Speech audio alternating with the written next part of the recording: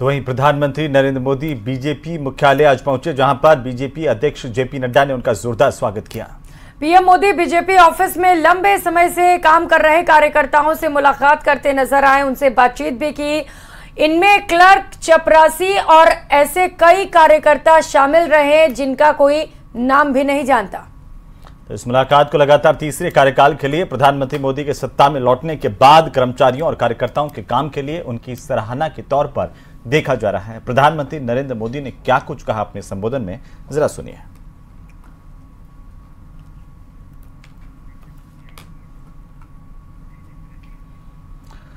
तो भारतीय जनता पार्टी के दफ्तर प्रधानमंत्री नरेंद्र मोदी पहुंचे थे। वहां पर कार्यकर्ताओं से, कर्मचारियों से उन्होंने बात की, उनके मन की बात को जाना। और इससे पहले जब प्रधानमंत्री यहां पर पहुंचे तो उनका जोरदार स्वागत भारतीय जनता पार्टी के राष्ट्रीय मुख्यालय में किया गया। और इस दौरान राष्ट्रीय अध्यक्ष जेपी नड्डा ने प्रधानमंत्री का पुष्प गुच्छ भेंट करके स्वागत किया। और इसी के साथ एक मैसेज भी देने की कोशिश भारतीय जनता पार्टी की ओर से प्रधानमंत्री नरेंद्र मोदी की ओर से कि फिर चाहे वो कितना ही छोटा कार्यकर्ता ना हो, क्यों ना हो, बीजेपी के लिए महत्वपूर्ण है। और खबरों में आगे बढ़ते हुए देश के 4 राज्यों के 49 जिले मिलाकर भील प्रदेश बनाने की मांग जोर पकड़ने लगी है। और इस मांग को लेकर बांसवाड़ा के मानगढ़ धाम में आयोजित महारैली में राजस्थान, मध्य प्रदेश, गुजरात और महाराष्ट्र से हजारों की तादाद में आदिवासी समाज के लोग बांसवाड़ा के मानगढ़ धाम आज पहुंचे। ये खास रिपोर्ट देखिए।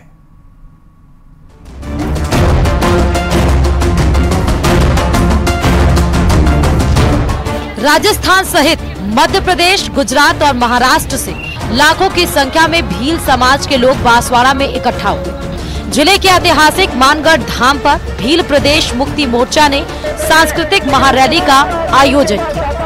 अलग भील प्रदेश बनाने को लेकर जय जोहार और जय भील प्रदेश का जयकारा लगाते हुए हुंकार भरे। हर साल मानगढ़ धाम पर भील प्रदेश की मांग और जनसंख्या के अनुपात में आरक्षण सहित कई मुद्दों को लेकर भील प्रदेश सांस्कृतिक महारैली का आयोजन होता है। इस रैली में कई सांसद, विधायक भी शामिल हुए। सभा स्थल पर पहुंचने के लिए सुबह से ही लोग पहुंचने लगे, जिससे किलोमीटर तक वाहनों और लोगों की लंबी कतारें तक लग गई। दरअसल मानगढ़ धाम आदिवासियों का तीर्थ स्थल है और राजस्थान सरकार भील प्रदेश की मांग पहले ही खारिज कर चुकी है। बांसवाड़ा से भारत आदिवासी पार्टी के सांसद राजकुमार रोत ने कहा कि भील प्रदेश की मांग नई नहीं है, बीजेपी पुरजोर तरीके से यह मांग उठा रही है। वहीं भील प्रदेश की मांग और जाति के आधार पर अलग प्रदेश की मांग को गलत बताया। ये जाति के आधार पर राज्य बनना ठीक नहीं है, क्योंकि आज एक जाति मांगेगी तो कल दूसरी जाति मांगेगी। तो जाति आधार पर कोई राज्य बनता नहीं और न बनना चाहिए, क्योंकि हम सामाजिक समरसता की बात करते हैं, सभी समाजों को साथ लेकर के और देश और प्रदेश को आगे बढ़ना चाहते हैं। ये 70 साल के अंदर कांग्रेस ने केवल और केवल वोट बैंक की राजनीति की है। इन आदिवासियों के लिए कुछ भी नहीं किया। आदिवासियों के लिए इनका मुख्य प्रधानमंत्री ने भी माना कि हम जो योजना बनाकर धरातल पर भेजते हैं, 1 रुपया भेजते हैं और 15 पैसा धरातल पर पहुंचता है, तो प्रदेश कोई भी बने नहीं बने उससे कोई लेना देना नहीं है। जब तक आदिवासियों का धरातल पर ये योजना नहीं पहुंचेगी, उनका भला नहीं होगा, तो प्रदेश बनाने से कोई फायदा नहीं होगा। जनजाति समाज सनातन धर्म संस्कृति परंपरा का अभिन्न अंग है, लेकिन ये भ्रामक भ्रमजाल फैलाकर वहां पहुंचे हैं और विशुद्ध रूप से एक राजनीतिक रचना के तहत पहुंचे हैं। ये बहुत जल्दी अपने एजेंडे को लेकर असफल होने वाले। ये भ्रामक हैं, केवल राजनीति के लिए गए हैं और केवल एक संगठन है, वहां जनजाति समाज नहीं गया। जनजाति समाज आज भी धर्म, संस्कृति, परंपरा और संविधान को मानने वाला है। वहीं कांग्रेस ने भी जातिगत जनगणना की मांग का समर्थन किया है। आदिवासी क्षेत्र की मांग क्या है? विशेष मांग,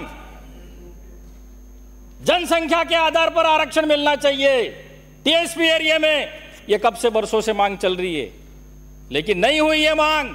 अधिकारी भी हमारे बैठे हुए हैं, टीएडी कमिश्नर भी आए हुए होंगे, विभाग के आए होंगे, लेकिन यह प्रस्ताव नहीं भेजते हैं कि वहां की क्षेत्र की समस्या क्या है, वहां का युवा क्या चाहता है।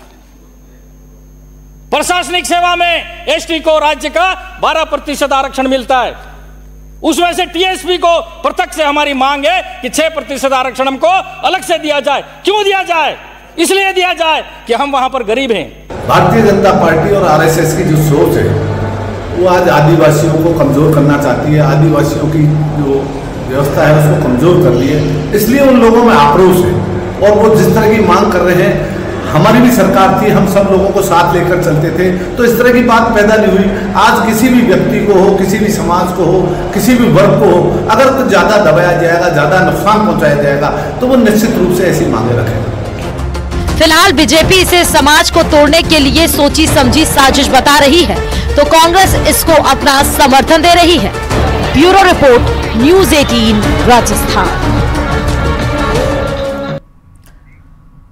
और अब बात एक ऐसी महामारी की जो भारत समेत पूरी दुनिया में फैलती चली जा रही है और इसका इलाज किसी को नहीं मिल रहा है। इसका नाम है रील और इस रील से जिन लोगों ने अपनी पहचान बनाई, अब वही रील की सनक इनकी जान ले रहा है।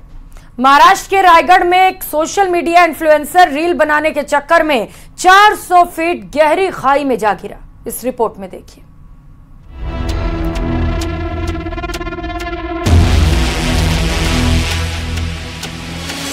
सोशल मीडिया की लत और रील्स बनाने का नशा बड़ी महामारी बन चुका है। चंद सेकंड की रील्स बनाकर उस पर लाइक्स और कमेंट के लिए आज कोई भी कुछ भी करने को तैयार है। अब इसमें जान भी चली जाए तो भी ये बीमारी कम होने का नाम नहीं ले रही। महाराष्ट्र के रायगढ़ में रील बनाते वक्त मुंबई की एक 27 साल की सोशल मीडिया ट्रैवल इन्फ्लुएंसर की मौत हो गई है। रायगढ़ में एक झरने की सुंदरता पर अन्वी रील बना रही थी। इसी दौरान अन्वी का पैर फिसला और वो 400 फीट गहरी खाई में जा गिरी। 27 साल की अन्वी अपने पेज पर ट्रैवल से जुड़े फोटो और रील्स शेयर करती हैं और उनके 3 लाख से ज्यादा फॉलोअर्स भी हैं। पुणे में भी एक लड़की का वीडियो सोशल मीडिया पर वायरल हुआ था। इसमें देख सकते हैं कि एक लड़की दूसरे लड़के का हाथ पकड़कर इमारत से लटकी हुई है। 2 से 3 मंजिल की ऊंचाई से ये युवती युवक का हाथ पकड़कर उल्टा लटकी हुई दिखी। ये 2 मंजिला इमारत है और लड़की का हाथ फिसलता तो उसकी जान भी जा सकती थी। कुछ दिन पहले महाराष्ट्र के धुले में रील्स बनाने का ये बुखार 2 दोस्तों को भारी पड़ गया। रील्स बनाने के चक्कर में जहां एक दोस्त की जान चली गई, वहीं दूसरा गंभीर रूप से घायल हो गया। हादसे से ठीक पहले दोनों चलती बाइक पर रील बना रहे थे। बाइक के पीछे बैठा दोस्त कैमरा ऑन कर वीडियो बना रहा था। जैसे ही बाइक चलाते शख्स ने कैमरा देखा, उसका ध्यान सड़क से हट गया और देखते ही देखते दोनों सड़क हादसे का शिकार हो गए। बार बार चेतावनी के बाद भी देश के कई शहरों में रोजाना लड़के सड़क पर खतरनाक स्टंट करते हैं और अपने साथ साथ दूसरों की जान भी खतरे में डालते हैं। कुछ दिन पहले ही दिल्ली पुलिस ने एक सोशल मीडिया इन्फ्लुएंसर को पकड़ा। इस लड़के ने पॉपुलर होने के लिए पुलिस बैरिकेड में ही आग लगा दी। तो हरियाणा के पानीपत का रहने वाला यूट्यूबर नीशू देशवाल खेती के साथ ट्रैक्टर से खतरनाक वीडियो बनाने लगा। इसी दौरान ट्रैक्टर बीच से टूटकर सीट के ऊपर आ गिरा। युवक के सर और छाती पर ट्रैक्टर का हिस्सा गिरने से मौके पर ही मौत हो गई। पिछले साल कानपुर में एक दुकान पर एक गैस सिलेंडर में आग लगी थी और उसमें होने वाले विस्फोट की रील्स बनाने के लिए 2 लड़के आग के 500 मीटर नजदीक तक पहुंच गए। सिलेंडर में लगी आग बुझाने की जगह दोनों रील्स बनाने लगे और अचानक तेज धमाका हो गया और सिलेंडर का एक टुकड़ा रील बनाने वाले लड़के के सर में जा घुसा। उसकी मौके पर ही मौत हो गई। हादसे में 4 लोग भी घायल हुए। रील्स बनाने वाले क्रिएटर्स ये सोचते हैं कि उनकी रील्स की वजह से उनके फॉलोअर्स लाखों में पहुंच जाएंगे और उन्हें भी हजारों रुपए की कमाई होने लगेगी। लेकिन परेशानी ये है कि आज रील्स बनाने वाले कई लोग कानून तोड़ने से भी नहीं हिचकते। कईयों की जान चली गई, लेकिन रील्स बनाने का सिलसिला खत्म ही नहीं हो रहा।